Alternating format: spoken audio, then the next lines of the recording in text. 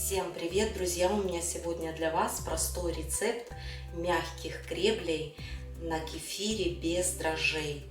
Кребли по этому рецепту получаются удивительно мягкими, пышные, хорошо прожариваются и не становятся черствыми даже после остывания. Чтобы приготовить эти пуховые кребли, нужно взять кефир или ряженку. При этом продукт должен быть подогретым до теплого состояния. Я использую кефир 1,5% жирности. Вот я его заранее подогрела до теплого состояния. Добавляю 2 желтка. Белки в тесто добавлять не будем, поскольку именно из-за них кребли после остывания черствеют. Добавляю чайную ложку соли, 2 столовые ложки сахара. Если хотите, чтобы ваши кребли были по-настоящему сладенькие, добавьте тогда 5 столовых ложек сахара, пол чайной ложки лимонной кислоты. Все хорошо перемешиваем. Продукты должны хорошо соединиться. Добавляю сюда 200 грамм сметаны 24% жирности.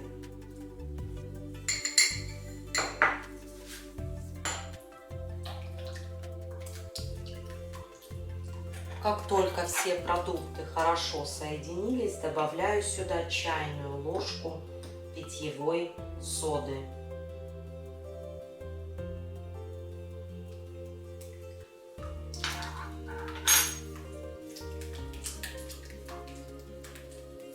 Вот сейчас сода вступает в реакцию с кефиром, и он становится такой легкий, воздушный, пушистый, увеличивается в объеме.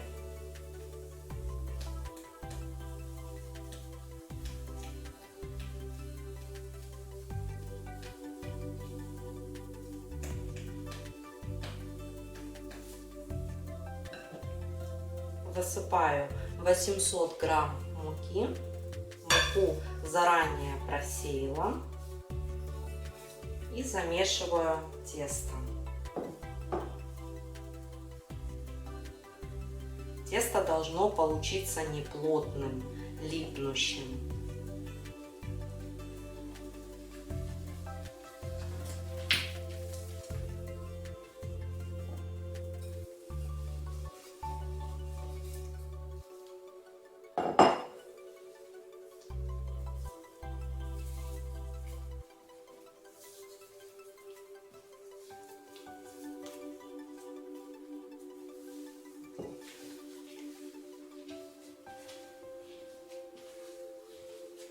Вот что хочу сказать по поводу муки.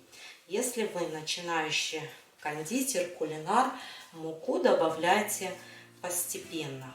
Тесто для креблей не должно быть жестким, оно должно быть очень мягким и приставать к рукам. Во время расстойки оно становится гуще, клейковина муки разбухает.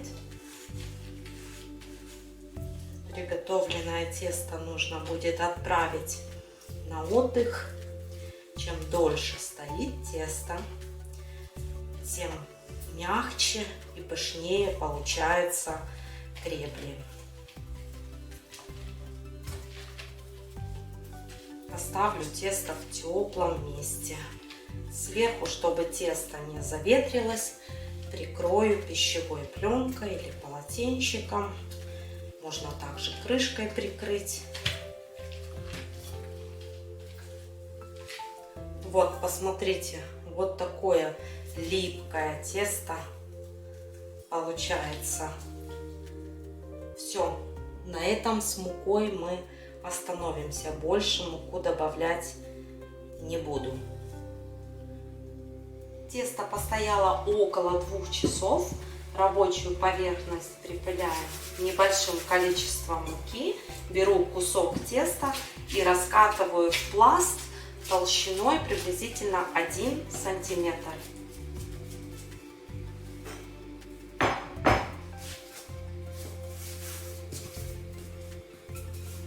Тесто мягкое, но в то же время не липнущее.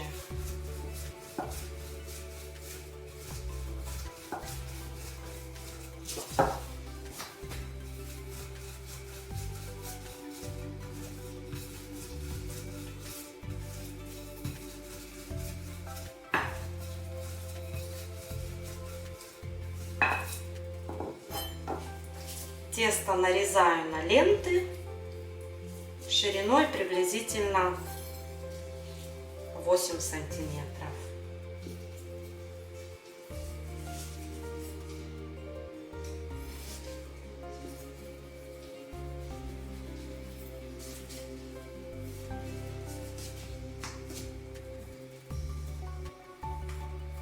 Теперь на ромбы.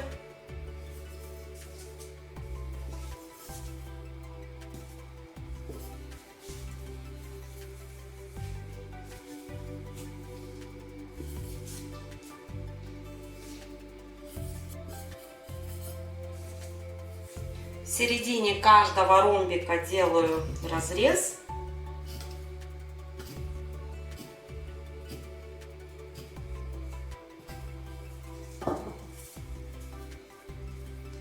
И продеваю один конец ромба через прорезь.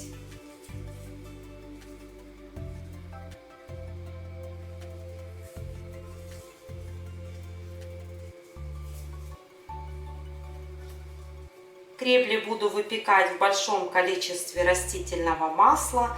Масло разогреваю на умеренной температуре.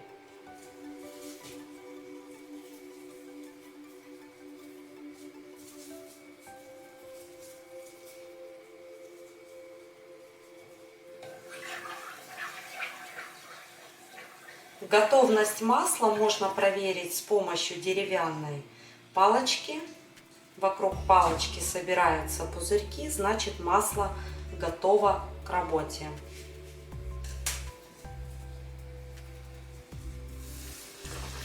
Кребли буду обжаривать до золотистого цвета.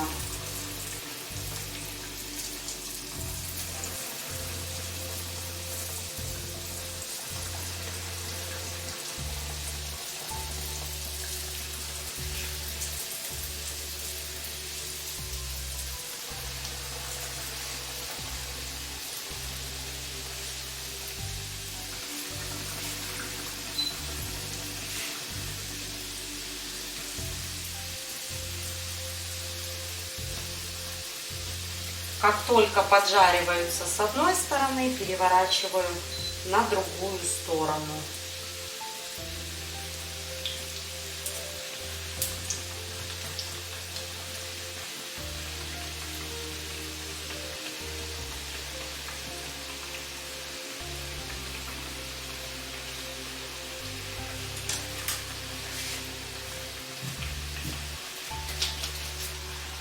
Первая партия креблей готова.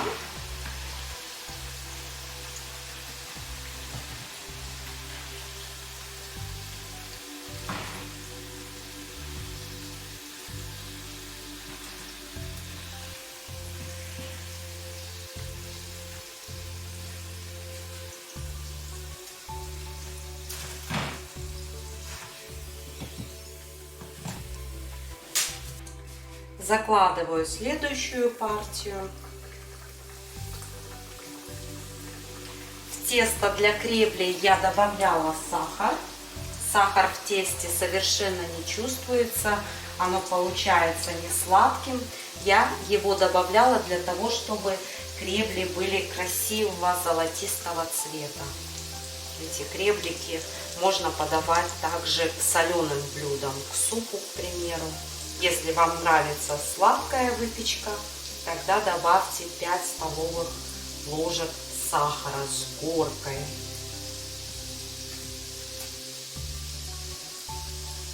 И также сладкий вкус им можно придать, если вы кребли готовые присыпите сахарной пудрой. Кребли готовы. Давайте посмотрим, какие они получились в разломе. Очень мягкие,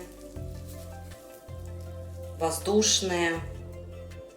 Эти кребли вкусны сами по себе. По желанию готовые кребли можно посыпать сахарной пудрой или корицей, подать с вареньем, сгущенным молоком или медом. Из напитков они отлично сочетаются с чаем, кофе или холодным молоком. При жарке не впитывают в себя жир. Непременно попробуйте приготовить, это очень вкусно. На сегодня все. Всем пока и до следующих встреч в новом видео.